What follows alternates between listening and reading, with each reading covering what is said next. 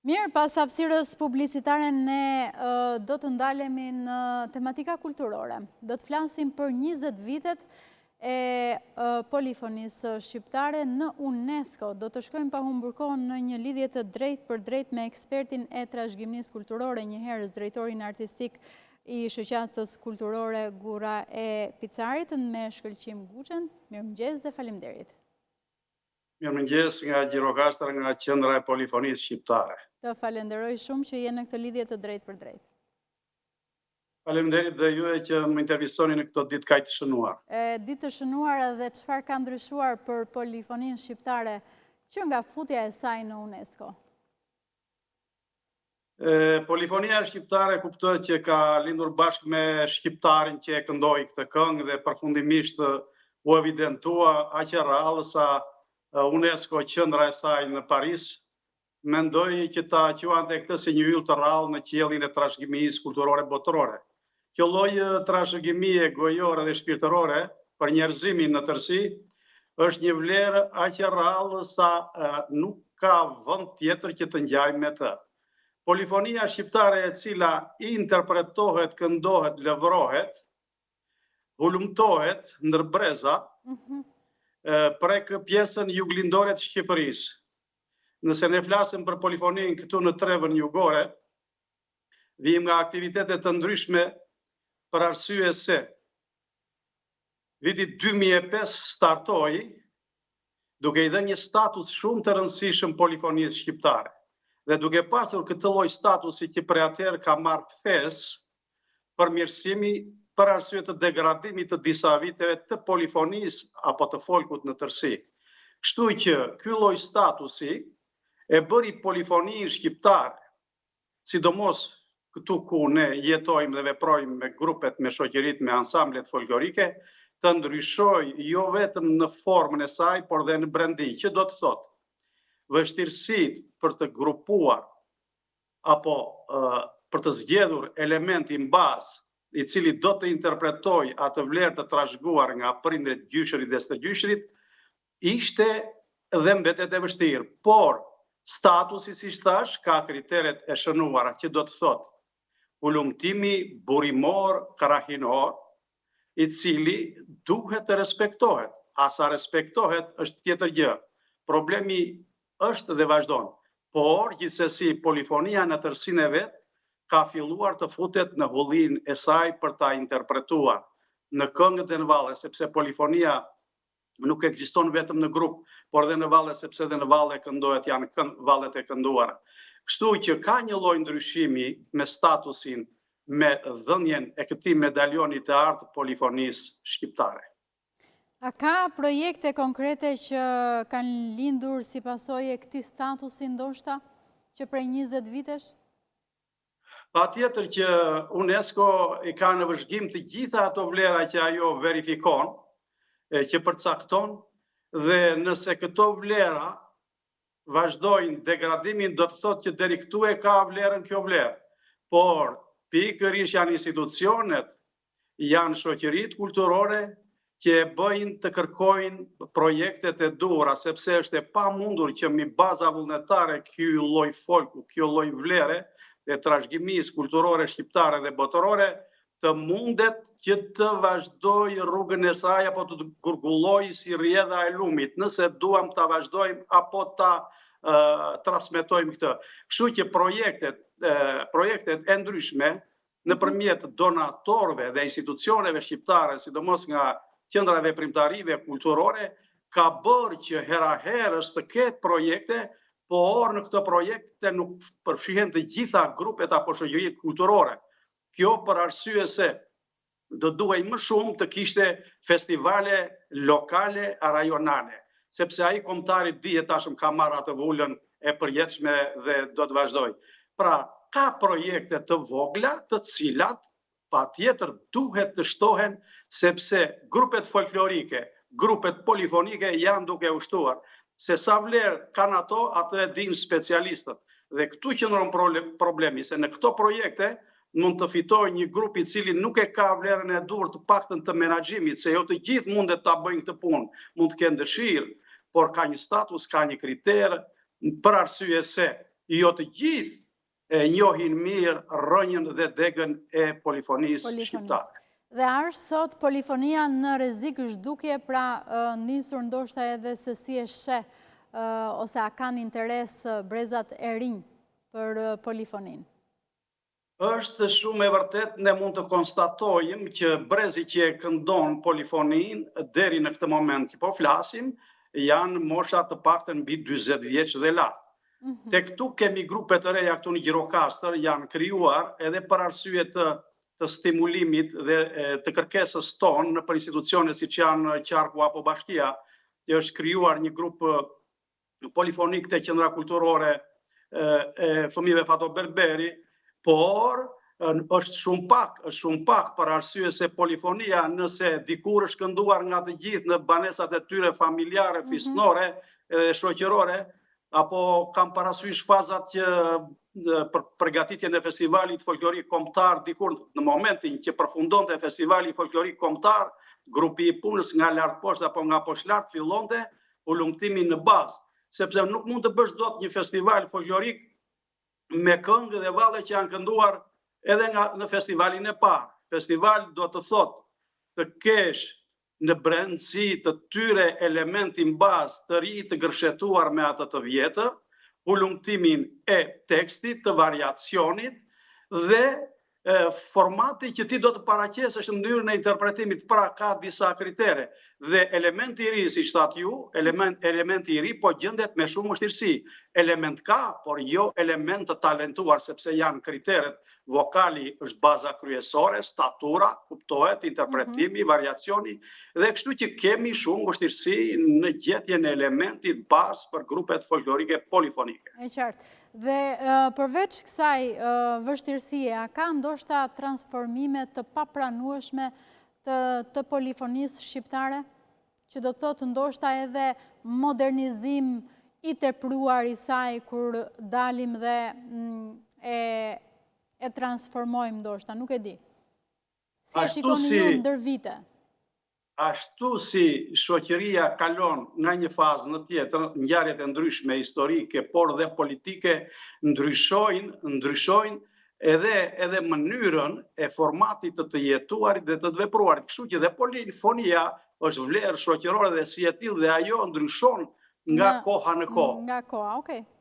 Nga koha në kohë ajo ndryshon dhe personalisht si specialist eksperti i kësaj fushë kam konstatuar se në shumë vite ka pasur degradime deri në fatale. Degradime të tilla që një grup polifonik, për shembull i Gjirokastrës, mund të këndojë me të gjithë elementet e tij tek marsi, kthyesi, hedhësi dhe isua, që janë 4 elementet bazë për krijimin e polifonisë, të këndoj me kostumin e Gjirokastrës, po them unë, apo të Gurës Picarit, po jam, të këndosh këngë të Vlorës. Këtu ka ndodhur degradimi, por është detyrë e jona e specialistëve që nga faza në fazë, nga festivali në festival të nxjerrim detyrat, sepse bëhet festivali dhe vetë juria përcakton dhe vlerëson grupe apo element të cilët nuk meritojnë vlerësim. Nuk mundet që një grup i Vlorës të këndojë këngët Gjirokastrite në festival. Dhe e kundërta. Pra, degradim, ky do thotë, nëse ne imitojmë një grup folklorik, unë si grup imitoj Tepelenën, atëherë kush vlera që unë paraqes, atëherë shtrati burimor ka ndryshuar, kemi polifoni, por jo polifoni burimore me identitet. Pra, ka ndodhur dhe vazhdon të ndodhë. Ka probleme polifonia. E qartë. Dhe çfarë e bën ndoshta polifoninë shqiptare unike në botë? Patjetër, duke jetuar në Shqipëri dhe sa themi polifonia shqiptare është patjetër ai medalioni i artë që thash, sepse polifoninë e kemi, ka polifoninë në Serbi, ka polifoninë në Greqi, po ka edhe deri në Korsik, po polifoni shqiptare jo, që do të thotë polifoni me bazë burimore, me bazë natyrore, e dalluar nga njëra tjetra në trevën juglindore të Shqipërisë, por me shenjat e saj themeltare rrënjë dhe deg që janë kostumet, variantet, interpretimet dhe llojshmëria tipologjike e të gjitha zonave që ne kemi këtu në Shqipëri, atje ku këndohet polifonia e dallën shumë, polifoninë shqiptare, ajo mundësia e të qenit e barabartë apo e krahasueshme me polifonitë e tjera, është vërtet një element i rrallë në trashëgiminë botërore, pra një diamant në gjerdanin e trashëgimisë botërore. Sa e bukur. Ndërkohë, ju e thatë pak, por lidhja e polifonisë me historinë, zakonet, jetën e përditshme, a ekziston rreziku që në fakt të shndrohet në një produkt turistik dhe të humbas ndoshta atë shpirtin që ju e thoni? Po, kjo është shumë e vërtetë. Jemi futur në një fazë tjetër ku turizmi ka marrë një zhvillim tjetër, edhe për arsye normale, ashtu siç dhe zhvillohen shoqëritë e tjera dhe kjo shqiptare po e po. Pra dhe turizmi kërkon që këngët, vallet, instrumentat të interpretojnë përpara tyre, dhe kështu që ne nga një herë harrojmë atë çka është burimore e jona dhe fillojmë pasaj të bëjmë këto imitimet që unë thash më parë. Pra turizmi e prish kulturën, por kjo kërkon njerëz të përgjegjshëm. Ai të përgjegjshëm sa duhet të dinë deri ku është masa, sepse një grup spanjoll apo gjerman nuk të kupton ty në mënyrën se si e shpreh, se emocioni përcillet edhe nëpërmjet vargut, ai nuk e kupton mirë variacionin, ti je detyruar t'ia shpjegosh, por duke futur dhe elemente të tjerë. Për shembull, unë si shoqëria kulturore Gurra e Picarit në një koncert varieté do këndoj patjetër këngë të Himarës, këngë të Pënçës, këngë të Gjirokastrës, këngë të Labëris, por duhet të ruaj patjetër atë çka është e imja. Pra nuk ka më mall pa Zot sot. Dikur thuhej populli për arsye sepse nuk ishte regjistruar ai që këndonte ndasëm, ai rapsodi, ai Bejtegjiu që sot quhet poet. Sot çdo punë është vepër dhe kjo vepër ka emrin e një personi dhe të një grupi që e krijon, interpreton. Pra turizmi do të zhvillohet, por kujdesi duhet të jetë për mos të dëmtuar folkun shqiptar këtë mrekulli. Dhe ndoshta nuk e di nëse e keni menduar ndonjëherë ose e keni prezantuar apo jo, po a mendoni se duhet të futet zyrtarisht në shkolla polifonia shqiptare? Po, është shumë e vërtetë, të paktën në orët muzikore. Pra për të arritur aty ku tham edhe pak më lartë që rinia të ketë ndoshta edhe atë interesin, të ketë talent, të ketë dhe mos të jetë mosha 40 vjeçare, ndoshta për të parë nëse është për polifoni shqiptare apo jo? Po, është shumë e vërtetë, është domosdoshmëri që në shkollat tona në orët e muzikës duhet të ketë edhe ajo polifonia duhet të ketë vendin e saj. Pra njohja me polifoninë, njohja me pjesët dhe elementet e saj të rëndësishme, kërkohen orët të cilat duhet të përcaktojnë pastaj edhe të evidentojnë elementin, pra bashkëpunimi midis drejtorive arsimore apo të zyrave vendore, në bashkëpunim me qendrat kulturore, me bashkitë, me qarqet dhe me prefekturat, duhet të kenë një në bashkëpunim me ministrinë e arsimit, duhet të kenë patjetër një plan për ta futur polifoninë, sepse është vlera e UNESCO-s të fundit. Vijnë të tjerë dhe e mësojnë, vjen një javë një turist dhe kërkon të mësojnë nga ne si kërcet, si këndohet, apo si bjet fyllit apo dyjarës, po themi ne. Ndërsa ne që jemi këtu, jemi shumë indiferent. Kjo është një mollë që jo të gjithë e hanë, kuptohet, por ne duke parë mollën që është plot, duke sikur jemi të velesitur, por është një gabim i madh. Pra, futja e polifonisë në orët muzikore në Shqipëri është domosdoshmëri. E qartë. Unë kisha pak më parë një bisedë me të ftuarin dhe folëm për zhvillimin e inteligjencës artificiale, ndërkohë që dua t'ju pyes ju, a ka rrezik polifonia nga teknologjia? Ka shumë rrezik. Kam fakte që një grup polifonik ka futur USB-n dhe bën sikur këndon. Që do të thotë, merr 10 persona nga rruga, vishi bukur me kostumin e asaj zone dhe këngën e ketë regjistruar në studio dhe kuptohet që polifonia është live, Nuk mundet të bësh ti regjistrime në studio dhe pastaj shkuptuam ku është kjo vlerë, ku qëndron. Pra, kjo është vlerë gojore dhe shpirtërore, e cila del nga shpirti dhe transmetohet nga goja. Ka rrezik të madh. Pra, ajo që thatë ju qëndron.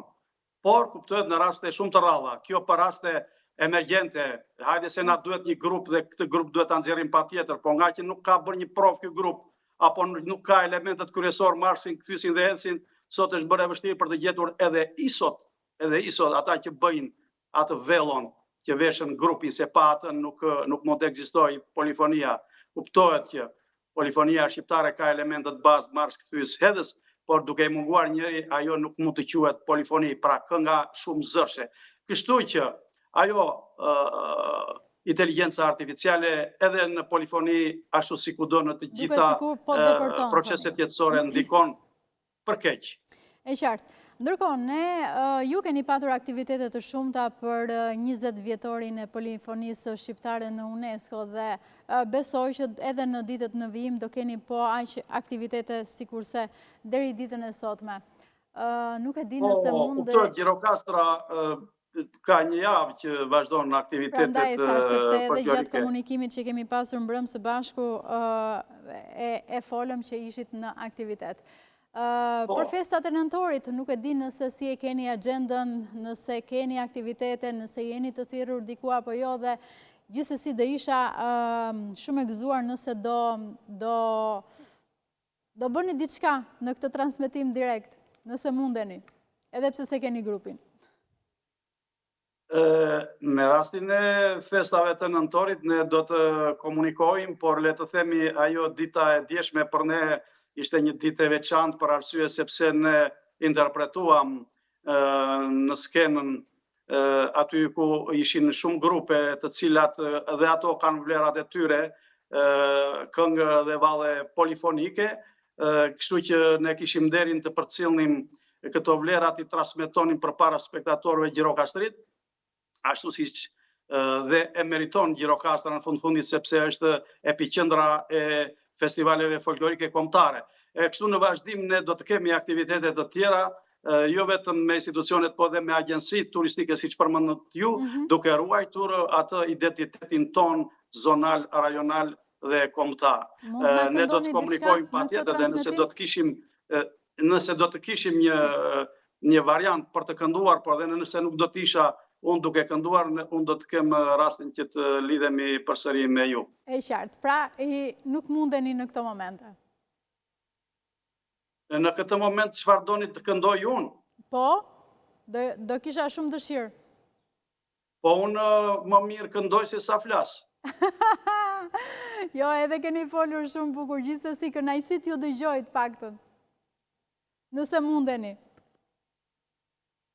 Që në të shkëm një të bardha kur velesh shdjep që rritë, labi dërmaleve ngrite, se në lëgjole kam i kalla kur velesh shdjep që rritë, labi dërmaleve ngrite, besën me qelo picara kur velesh shdjep që rrite, lapi dërmaleve ngrite, për vatan për këto troje kur velesh shdjep që rrite, lapi dërmaleve ngrite, dhe në varë do bojnë roje, kur velesh shdjep që rrite, lapi dërmaleve ngrite. Ju falenderoj shumë. Faleminderit dhe ju i që më ftuat në këtë ditë të shënuar për polifoninë shqiptare. Gjithmonë jeni i mirëpritur. Ju falenderoj dhe në emër të shoqërisë kulturore, artistike folklorike Gurra e Picarit dhe të armatës së madhe të polifonisë. Të falenderoj edhe një herë, të uroj ditë të mbarë. Ditë të mbarë.